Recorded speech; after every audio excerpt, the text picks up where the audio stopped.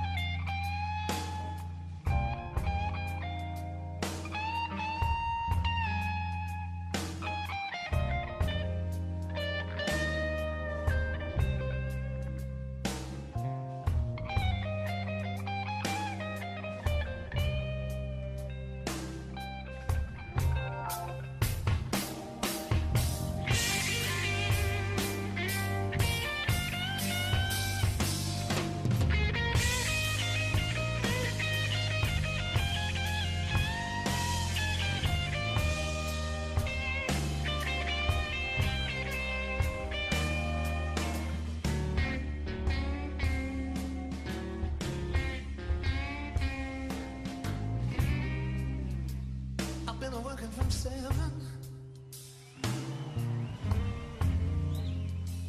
baby to 11 every night.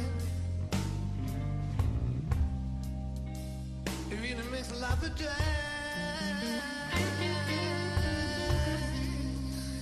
I don't think that's right.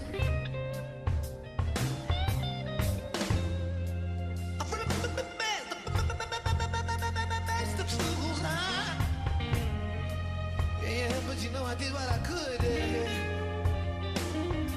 Said, oh, I love you, baby. Oh, I love you, baby. Oh, I love you, baby. Oh, I love you. Look,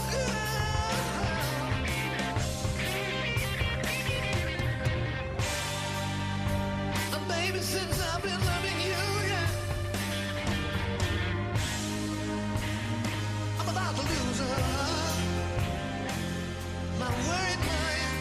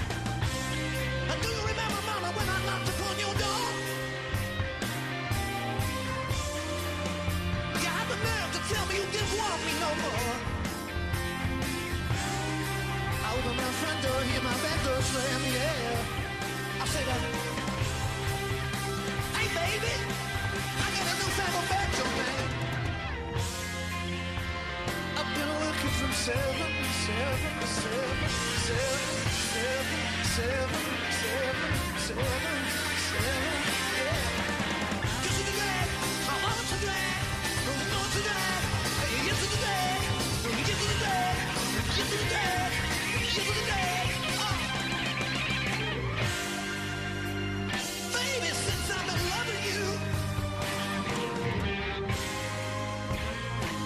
I'm about to lose my worried mind.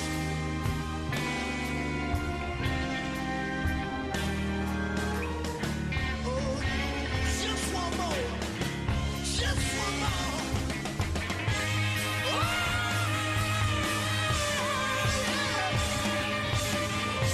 don't make me lose it. Please don't make me lose my worried mind. Yeah. Whoa, yeah.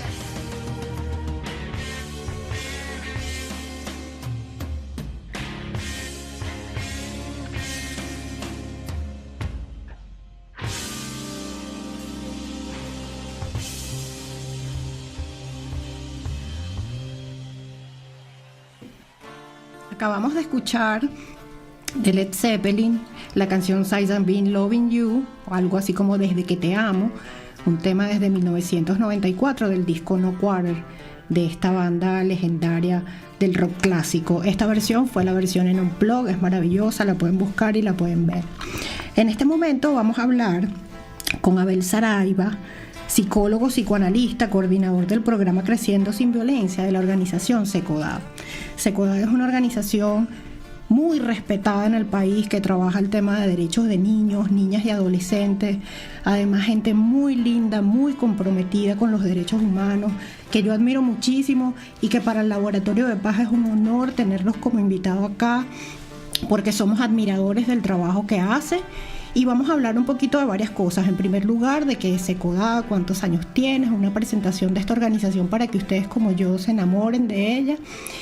Y luego vamos a hablar de una cosa muy importante, que es el informe que presentaron, que es un análisis detallado de la situación de los derechos de los niños, niñas y adolescentes en Venezuela, que bueno, que son nuestro futuro y que tiene mucho que ver con la posibilidad de crear espacios y una sociedad de paz, de convivencia diferente, con mucho compromiso con nuestro futuro. Le doy la bienvenida a Abel Saraiva. Preséntate y cuéntanos un poquito qué es SECODAV. Bueno, Alexis, muchas gracias. SECODAV es una organización que viene trabajando por los derechos de la niñez y adolescencia desde hace más de 30 años. Comenzamos en el barrio El Ciprés, hace, como te digo, hace más de 30 años, en una casita de cartón piedra, bueno, con las uñas, Oscar Misle, Fernando Pereira, que son nuestros fundadores, con el deseo de trabajar justamente en ese momento. Comenzó como centros comunitarios de aprendizaje y con promotores de salud, madres de la comunidad, gente que estaba interesada por generar condiciones favorables para los chamos. Con la llegada de la Convención de los Derechos del Niño en el 89, ratificada en el 90,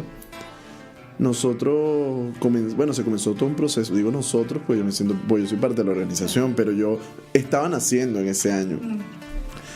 Resulta que Oscar y Fernando pues se comprometen junto a la gente que estaba participando en aquel tiempo en promover al niño como sujeto de derecho en el marco de todo lo que implicaba la convención y hacer todo un trabajo por la promoción de los derechos del niño, con todo lo que significó el enfoque de la convención, y que por supuesto desde entonces hasta hoy ha sido para nosotros un tema, bueno, un compromiso grande de trabajo.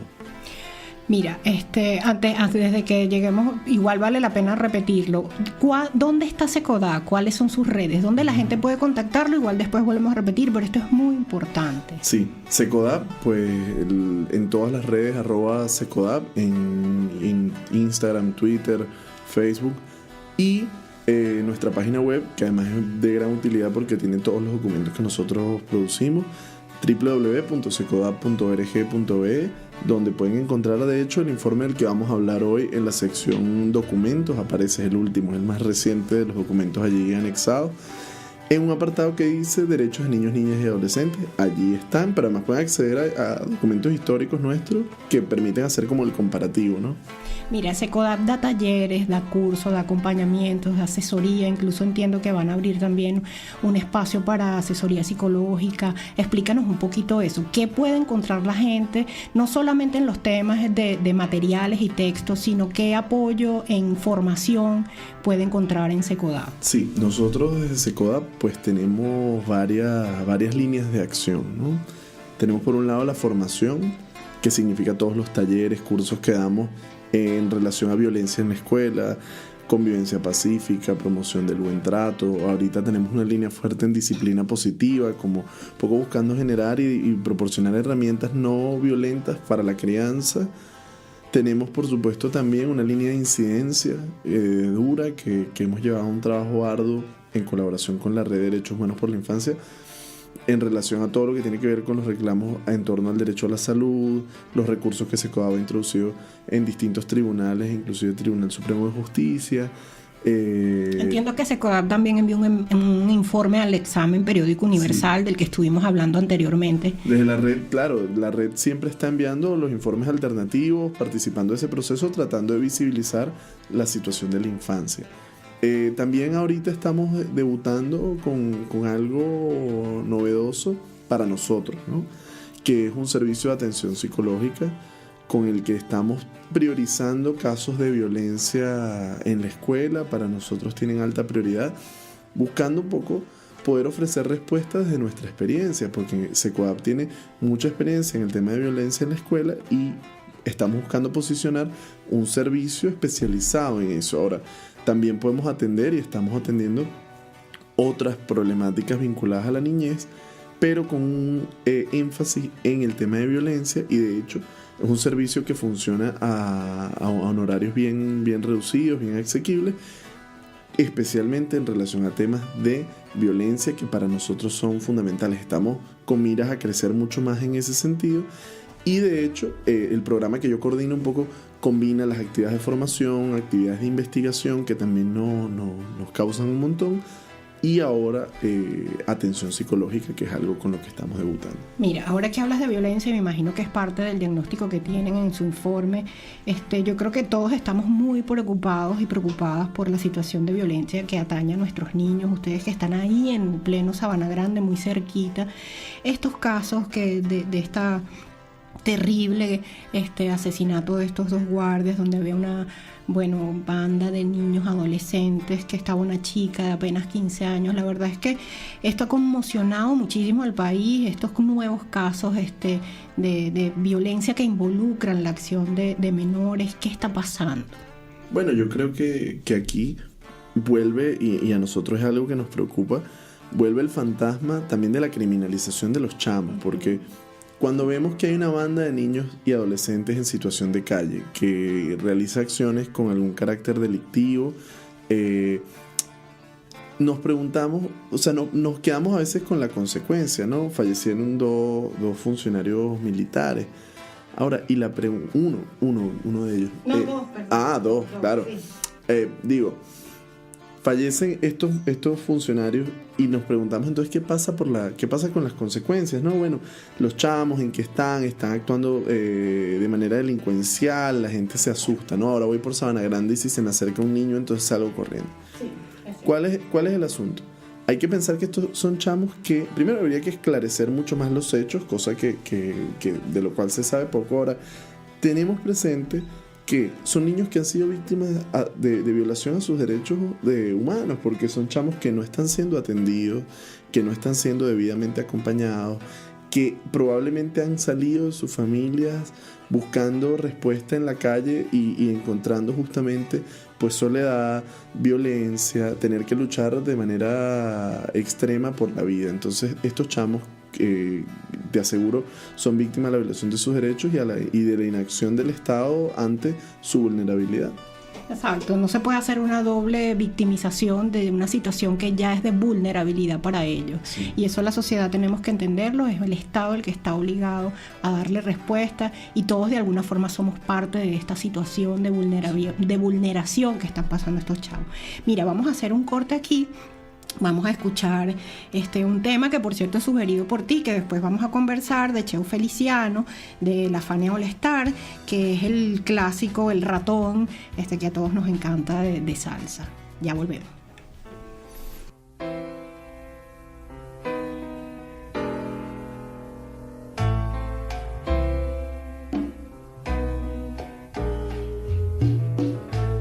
Mi gato se está quejando que no puede vacilar. Si donde quiera que se mete, su gata lo va a buscar. De noche brinca la verja que está detrás de mi casa, a ver si puede fugarse sin que ella lo pueda ver. Y no tan pronto está de fiesta, silvestre felino tiene que echar a correr. Esto sí es serio, mi amigo. Oye, qué lío se va a formar cuando mi gatito sepa. Y es tan simple la razón. El que a su gata le cuenta, que el que a su gata le cuenta, no es nada más que un ratón, un ratón.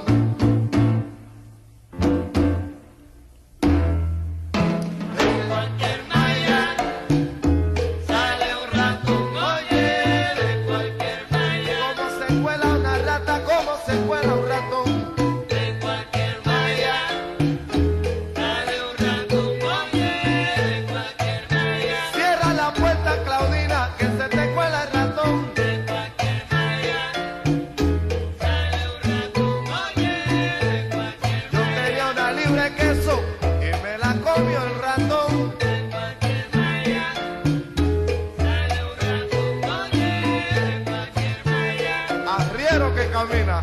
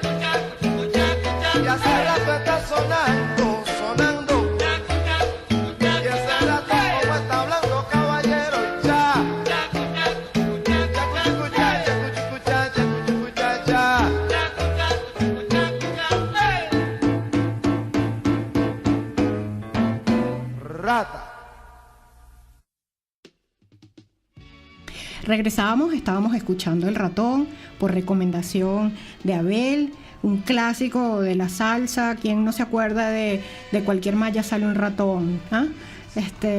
Además un tema que dice que es un tema protesta, porque fue un tema cuando estaban las dictaduras del Cono Sur, entonces se le dio esa interpretación. Hay gente que dice que tiene un contenido bastante contestatario con relación a lo que estaba sucediendo. Bueno, y además a todos nos encanta. Cheo es un maravilloso, fue un maravilloso y lo es. Mira, para hacer un intermedio ante la situación de lo que está sucediendo, siempre hablamos un poquito de algo como una película, y tú nos recomendaste, en base justo a lo que estamos viviendo y lo que estamos viendo, una película que fue muy sonada, no tanto porque se conociera antes, sino por lo que sucedió en los Óscares, que se lo entregan a Lan Lan Lan y luego entonces resulta que se bajan y entran ellos. Pero es un peliculón es increíble, es Moonlight, y yo te dejo a ti para que nos comentes por qué crees que la película vale la pena verla, cuál es su mensaje, por qué es importante que la vean. Sí, yo creo que Moonlight tiene esta particularidad de que es primero una película como áspera, ¿no? No es como La La Land. La La Land, pues no la sufres, tú la ves, escuchas las canciones. Moonlight tiene esta cosa densa, áspera, que creo que habla de cuánto puede marcarse la vida de un chamo en contextos adversos, donde entra el tema de la violencia muy fuerte, de figuras de adultos ausentes. Tenemos una mamá ausente que reclama y demanda a uno de los personajes principales, y también como un adulto con sensibilidad puede volverse una persona significativa en un momento dado. Fíjate que esta suerte de hombre que aparece, que era un narcotraficante, consigue tener como la sensibilidad para acercarse a uno de estos chicos, y en su contexto con su pareja consigue ser, dentro de toda la adversidad, un factor protector. Esto es una película, esto es un trabuco, porque además entra el tema de la violencia, entra el tema de la droga, las comunidades de más pobreza en Estados Unidos, y el tema de la homosexualidad también, que entra allí, entra de lleno, se nos plantea, creo que de una manera bien trabajada. Creo que está bien trabajado porque es así, pues la sexualidad es una parte de la vida, no es como una cosa extraordinaria que ocurre. La revelación de la película no es la homosexualidad, sino que tiene que ver con un transcurrir en relación a la violencia, y creo que en un contexto de tanta violencia, tanta adversidad como el que estamos atravesando, pues justamente la pregunta que yo me hago, y un poco lo que quisiera que quienes nos escuchan puedan considerar, es cuánto valor pueden tener pequeños gestos en los cuales nos volvemos adultos significativos para niños. Sí, yo también la vi, me parece increíble, y la verdad que apoyo tu propuesta, véanla. A fondo precisamente estamos escuchando parte de lo que es esta banda sonora de esta película, que también estuvo nominada a Mejor Banda Sonora. Y bueno, nuestra recomendación es que la vean, y que la vean con ojos de análisis, sin ningún tipo de plurito anterior, y que se dejen llevar, porque es una película que deja, dentro de todo lo fuerte que puede ser, un buen sabor.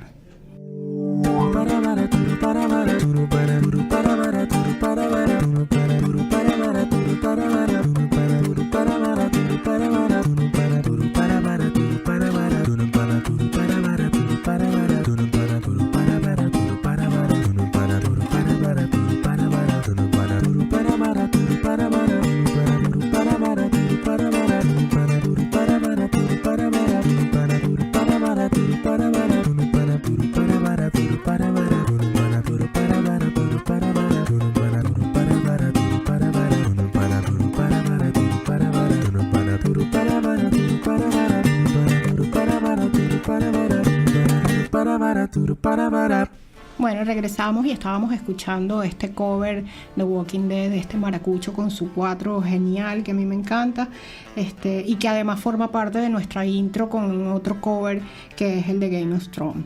Regresamos, estamos hablando con Abel Saraiva, y vamos a hablar de un tema que es un informe muy importante que presentó SECODAP con relación a los derechos de niños, niñas y adolescentes en Venezuela. Y creo que nos va a dar una panorámica, un diagnóstico de por qué están sucediendo estas cosas, y sobre todo qué podemos hacer, cuáles son las recomendaciones para que esta situación cambie, se revierta, para que podamos empezar a garantizar una vida digna y plena para nuestros chamos y chamas. Sí, mira, SECODAP tiene ya 25 años llevando este monitoreo sobre la situación de los derechos de niños, niñas y adolescentes, con 9 años consecutivos donde hemos focalizado la violencia contra niños y adolescentes como uno de nuestros temas fundamentales. Este informe surge a la luz de la inexistencia o falta de información actualizada, registros, estadísticas estatales que nos permitan pues poder tener una lectura clara de la situación de la infancia, ¿no? Entonces, frente a eso, ¿qué podemos decir para empezar? Bueno, continúan en ascenso los casos de niños, niñas y adolescentes víctimas de alguna forma de violencia. Analizamos en este año, porque este informe que presentamos corresponde al año 2016, y se analizaron 18.802 noticias publicadas en 34 medios impresos. ¿Qué ocurre? ¿Cómo se hace este estudio? Y creo que es importante que se entienda. Nosotros revisamos estos 34 medios impresos, todas las noticias que tienen que ver con niños y adolescentes, y entonces a partir de allí, pues por supuesto se categorizan estas noticias. Nos dan casos y nos permite ver lo que aparece reflejado en medios de comunicación. Quiero hacer énfasis en esto porque puede que los casos sean muchísimo más, solamente que no todos los casos llegan a aparecer en medios. Entonces esos casos que no aparecen en medios, nosotros pues no tenemos cómo dar un sustento de esa información. Perdón, a ver, porque muchos de los casos de violencia contra niños, más bien los que se conocen son las minorías, Totalmente. el porcentaje. Sobre todo, por ejemplo, en lo que tiene que ver con violencia intrafamiliar.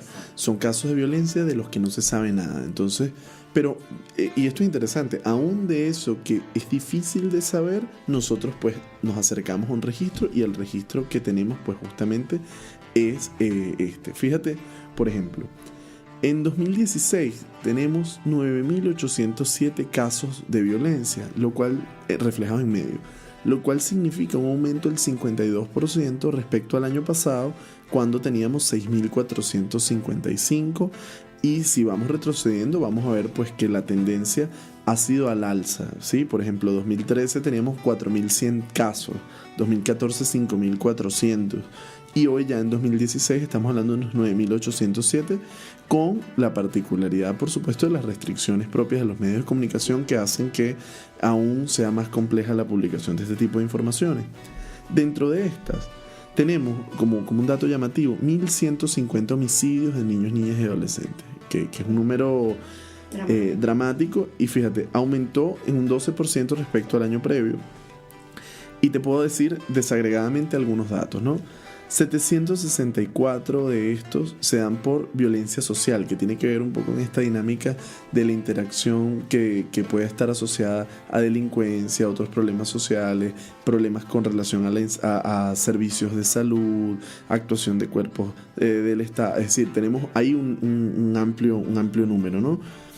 O enfrentamientos, por ejemplo, porque luego tenemos, fíjate, por ejemplo, estos son 764, pero mira este dato que me parece que es alarmante: 254 homicidios a manos de funcionarios del Estado, lo cual es un número que involucran la muerte de un niño, niña o adolescente. Totalmente, sí. Todos estos datos que te estoy dando son de niños, niñas y adolescentes como víctimas de homicidio. Tenemos esos 254 a manos de funcionarios del Estado, 5 en las escuelas, 20 por violencia sexual, es decir, que se producen como consecuencia de un acto de violencia sexual, 74 homicidios por violencia intrafamiliar y 33 por disparos accidentales, ¿no? O sea, manejo de armas que terminan en la muerte de un adolescente o un niño o niña. Sí, por ejemplo,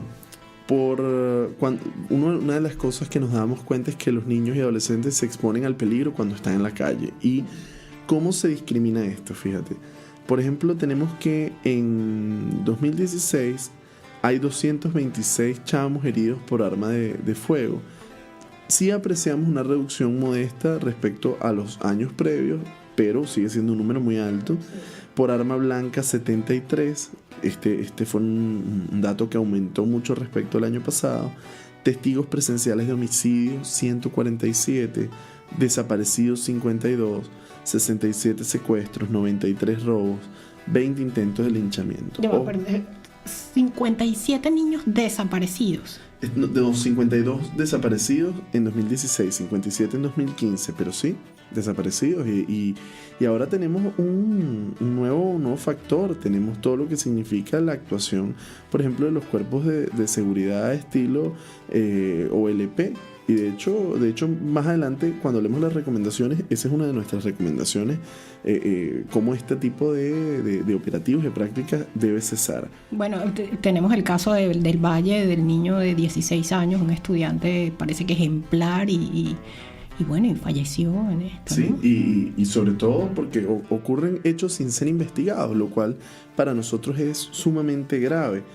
Y vemos, el problema está en que los niños se están viendo afectados como consecuencia de la violencia en muchos ámbitos. Vemos También, por ejemplo, niños y adolescentes que fallecen debido a las condiciones de salud, por ejemplo, por la situación hospitalaria. Vemos hechos de violencia en 419 casos, niños en refugio 377. No es que este sea el número total de niños, sino estamos hablando de incidencias en las noticias, ¿no? Y que claro, encontramos unos 231 casos de falta de medicamentos, 220 en situación de calle, 213 por contaminación, 114 en relación a la escasez, negligencia médica 55. Ahora, volviendo al tema de la violencia, que creo que es muy importante, hay que destacar que los sujetos más vulnerables a ser víctimas de violencia dentro de los niños, niñas y adolescentes son los adolescentes de sexo masculino. Fíjense, 57% de los casos de violencia involucran a adolescentes, y de estos el 80% son del total de la población. Tenemos que en 80% los varones son más víctimas de violencia. Cuando vamos a la proporción de este mismo tema en la adolescencia, vemos que 93% de los adolescentes víctimas de violencia, que ya habíamos dicho son la mayoría, son de sexo masculino, lo cual nos pone al adolescente varón en condiciones de extrema vulnerabilidad de ser objeto de la violencia. Mira, vamos a, porque la verdad es que estas cifras son abrumadoras, es alarmante lo que estamos viendo. Vamos a ver. O sea, yo entiendo que la situación del país también tiene un deterioro estructural y bueno, lo vemos reflejado en estas cifras. Entiendo que también ustedes manejaron cifras de suicidios de niños. Pero vamos a hacer una pequeña pausa, vamos a escuchar un tema de Pearl Jam que se llama Just Breathe para darnos ánimo de las cosas lindas que sí pasan, y volvemos con esta pequeña parte y bueno, y nuestras recomendaciones, tus recomendaciones y la del equipo de Secodá para revertir esta situación.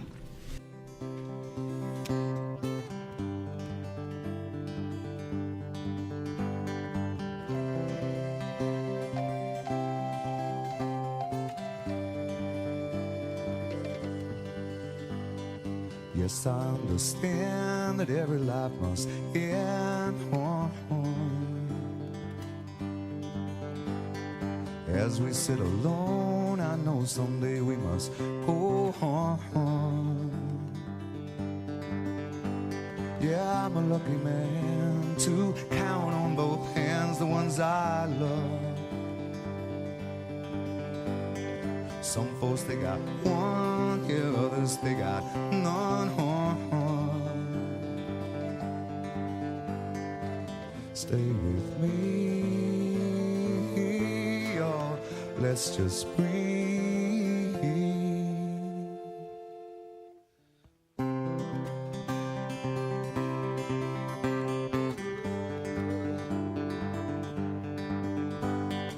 Practice on my sins, never gonna let me win.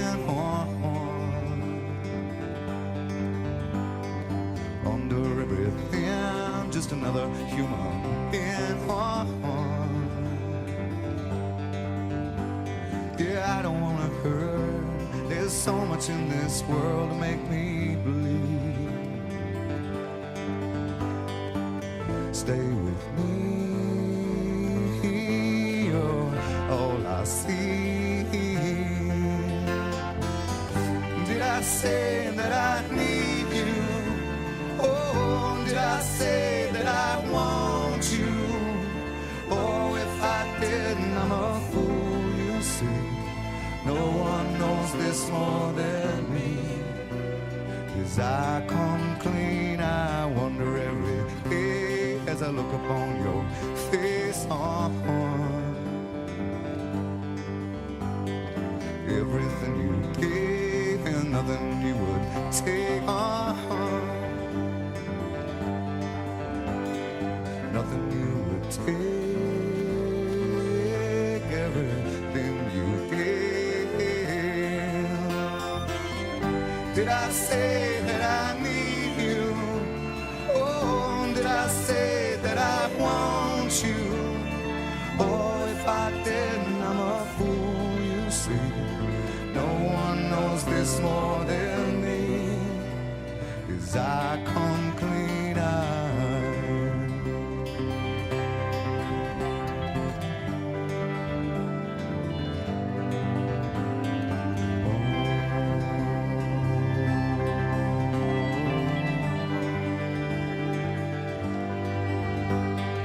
nothing you would take, everything you can. Oh, hold me till I die, meet you on the other side. Bueno, volvemos. Y el informe es sumamente extenso, tiene muchísimos datos. Yo invito a todo el mundo a revisar este informe porque es una radiografía de lo que está pasando y es algo que todos tenemos el compromiso de ver qué está sucediendo con nuestros chamos y con nuestras chamas. Por ello quiero que quizás en este cortico tiempo que nos queda, que hables un poquito de la violencia por los cuerpos policiales. Vimos lo que pasó en el liceo y vimos también, estamos viendo estas cifras dramáticas del tema de las OLP, de los operativos de liberación del pueblo, ahora con H, que están llevándose a nuestros chamos, la vida de nuestros chamos. Entonces, háblanos un poquito de eso. Sí, yo creo que la actuación de los cuerpos de seguridad del Estado en relación a niños y adolescentes es probablemente de lo más inadecuado entre el ya inadecuado manejo del tema de infancia por parte del Estado. Mira, 248 adolescentes y 6 niños mueren por agresiones de funcionarios de cuerpos de seguridad. Nada más la OLP, ahora H, no sabemos si la H le sumará algunos muertos más, menos, más desaparecidos. 21 casos de niños y adolescentes muertos. Ajusticiamientos. Tenemos que el 14% de estos casos son por ajusticiamiento y decimos, ¿cómo es que un funcionario de seguridad ajusticia a un niño o adolescente? Enfrentamientos policiales 42%, en protestas estudiantiles también hubo casos de fallecimiento. Y voy a detenerme acá porque justo el caso del Urbanés H-Pol recientemente ocurrido nos muestra la desproporción, cómo frente a un evento de la dinámica escolar, un directivo de la institución desea hacer uso de la fuerza pública para reprimir a los estudiantes con saldos gravísimos, con saldos de heridos, con hostigamiento de los funcionarios posterior a los adolescentes, con desaparecidos. Es decir, nos estamos enfrentando a un Estado que no sabe cómo hacer frente a la disidencia. Semanas antes Maduro decía, mira, a los estudiantes invitándolos a que si tenían dificultades que protestaran, que hicieran uso de valer sus derechos. Entonces cuando los adolescentes hacen valer sus derechos, pues encontramos que son reprimidos y eso es sumamente grave. Ahora, el informe, fíjate, creo que el informe tiene suficientes datos, de verdad es bueno que lo puedan revisar porque hay muchas de las cosas que por razones de tiempo no vamos a poder abordar. Ahora, sí, perdón un segundito, yo de verdad hago otra vez la recomendación de que lo revisemos. Creo que el tema de la violencia está afectando de manera dramática a nuestros jóvenes, a nuestras niñas y niños y bueno, esto de los homicidios, creo que un solo niño que decida quitarse la vida es porque no está viendo algo en el futuro, sí. y nosotros tenemos el compromiso de brindarles un futuro, de hacer que la sociedad pueda generar las condiciones para que ellos quieran vivir, para que quieran seguir aquí con nosotros. Perdón que te interrumpí, favor, sigue con tus recomendaciones. Mira, tenemos eso, lo que tú mencionabas, hubo 17 casos de suicidios que nos llaman la atención y nos dejan la interrogante. ¿Qué habrá pasado en la vida de estos chicos para que no quisieran continuar viviendo? Ahora, no quiero yo ser solo pájaro de mal agüero y pues un poco quiero hacer extensivas las recomendaciones porque SECODAP pues no se regocija en estos obituarios, sino que más bien nosotros apostamos a que se puedan tomar medidas. La primera de ellas que recomendamos es promover un consenso nacional en relación a la importancia que tiene prevenir y detener la violencia contra los ciudadanos en general y en particular niños, niñas y adolescentes. Tomar medidas técnicas, con criterios técnicos, no políticos, para disminuir los efectos de la crisis económica en niños, especialmente en áreas claves como salud, alimentación y educación. Hay que priorizar estrategias de protección en entidades de atención, centros educativos, hospitales, comunidades indígenas, zonas rurales. Reactivar el programa de alimentación escolar y desarrollar el programa de asistencia a familias en situación de pobreza y pobreza extrema como una base paliativa al alto costo pues, de los insumos para la vida. priorizar la atención a grupos especialmente vulnerables. Esa es otra de nuestras recomendaciones. Cuando hablas de grupos vulnerables, y ya estamos hablando de grupos vulnerables, ¿qué? Claro, ya la niñez es un grupo vulnerable. Ahora, dentro de la niñez, por supuesto, aquellos que están en situación, por ejemplo, que viven en entornos rurales, que viven en comunidades con altos índices de violencia y, como un rasgo grande, adolescentes de sexo masculino, así que vemos que son el 93% de los casos de violencia que involucran a adolescentes. Entonces, crear centros de orientación integral, redes de atención a la víctima, un adecuado acompañamiento psicojurídico que contribuya a superar personal y emocionalmente los daños que produce la violencia, porque además tenemos chamos afectados, familias afectadas, comunidades afectadas por la violencia y pocos espacios que puedan brindar atención, orientación, acompañamiento a las víctimas y también poder brindar tratamiento y acompañamiento a los agresores, porque damos por sentado que lo mejor que podría pasar es que esta gente vaya a una prisión y ya sabemos las condiciones de nuestras prisiones. La idea es cómo el Estado atiende al agresor, que no solo el agresor tipo funcionario o LP, sino al padre que puede ser maltratador en un contexto dado, ¿no? Priorizar la prevención en comunidades. Tenemos también implementar estrategias pues, de acción y de prevención con los adolescentes, buscar cómo mejorar la calidad de vida de estos, un plan nacional para la protección integral, venimos reclamándolo hace mucho tiempo. El Comité de los Derechos del Niño de las Naciones Unidas lo ha insistido en la necesidad de datos, de un plan de protección integral, pues fortalecer un sistema de protección que está acéfalo, que está poco fortalecido, que no coordina, que no da respuesta y que definitivamente tiene desamparados a muchos chamos que hoy en día están precisando atención. Bueno, por otra parte creo que también detener... por favor, no puedo suspender la operación de liberación humanista del pueblo. Es decir, hay que parar esto, que ha demostrado ser una práctica poco eficiente, poco efectiva y que además vulnera los derechos de chamos. Ha aumentado la violencia.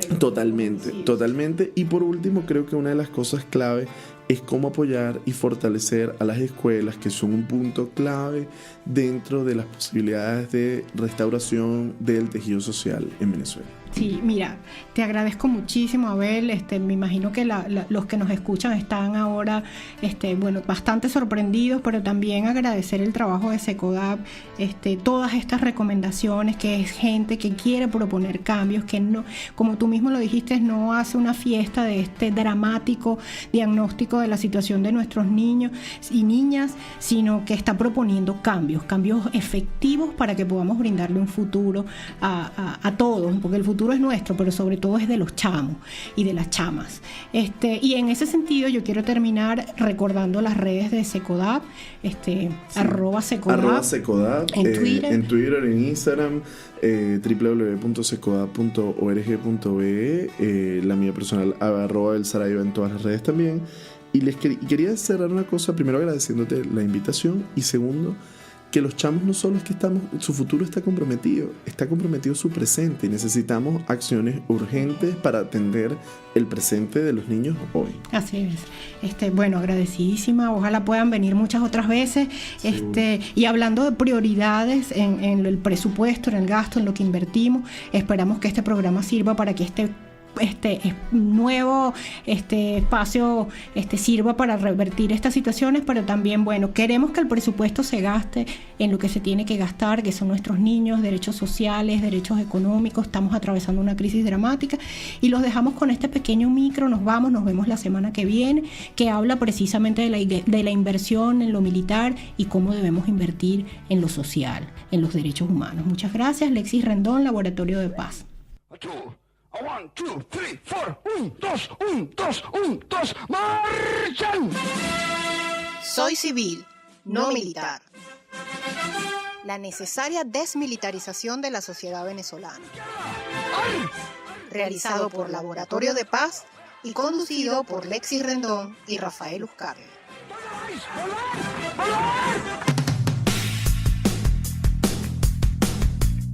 Mediante la Ley de Presupuesto, el Estado venezolano asigna anualmente el dinero a cada uno de los organismos de gobierno para su funcionamiento.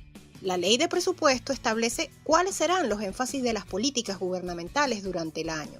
Mientras más importante sea el trabajo de cada ministerio, el gobierno le destinará mayores recursos. Un análisis de la Ley de Presupuesto del año 2017 permite conocer cuáles son las verdaderas jerarquías de las políticas públicas entre los meses de enero a diciembre del 2017, un año de crisis política, social y económica. De los 48 organismos gubernamentales que reciben dinero según la Ley de Presupuesto, el Ministerio de Defensa se ubicó en el cuarto lugar como el ente que recibe mayor cantidad para su funcionamiento. A pesar de la crisis de acceso a los alimentos, los dos ministerios encargados de garantizar la soberanía alimentaria recibirán menos recursos que las Fuerzas Armadas. El Ministerio de Defensa recibió, en el año 2017, más de 9 veces la cantidad de dinero otorgado al Ministerio de Alimentación. Por su parte, los militares recibieron casi 12 veces más cantidad de presupuesto para su funcionamiento que el destinado al Ministerio de Tierra. Por otra parte, aunque la situación de la red hospitalaria del país es crítica y existe un alto porcentaje de escasez de medicamentos, el Ministerio de Defensa recibió casi el doble del presupuesto que el destinado al Ministerio de la Salud. La desmilitarización del país pasa por la desmilitarización del presupuesto. Las instituciones responsables de garantizar los derechos sociales de la población deben recibir más dinero que lo destinado al funcionamiento de las Fuerzas Armadas. Además, la ley de presupuesto del país debe construirse de manera participativa y ser entregada para su aprobación a la Asamblea Nacional, tal como se encuentra establecido en nuestra Constitución. 1, 2, 1, 2, 3, 4, 1, 2, 1, 2, 1, 2, ¡marchan! Esto fue Soy Civil, no Militar, producido por Laboratorio de Paz. Te invitamos a conocer más sobre la desmilitarización de Venezuela en el sitio web www.laboratoriosdepaz.org. Humano Derecho Radio presentó Laboratorio de Paz, conducido por Lexis Rendón y producido por Laboratorio de Paz. Conoce más contenidos sobre cultura de paz visitando el sitio web www.laboratoriosdepaz.org.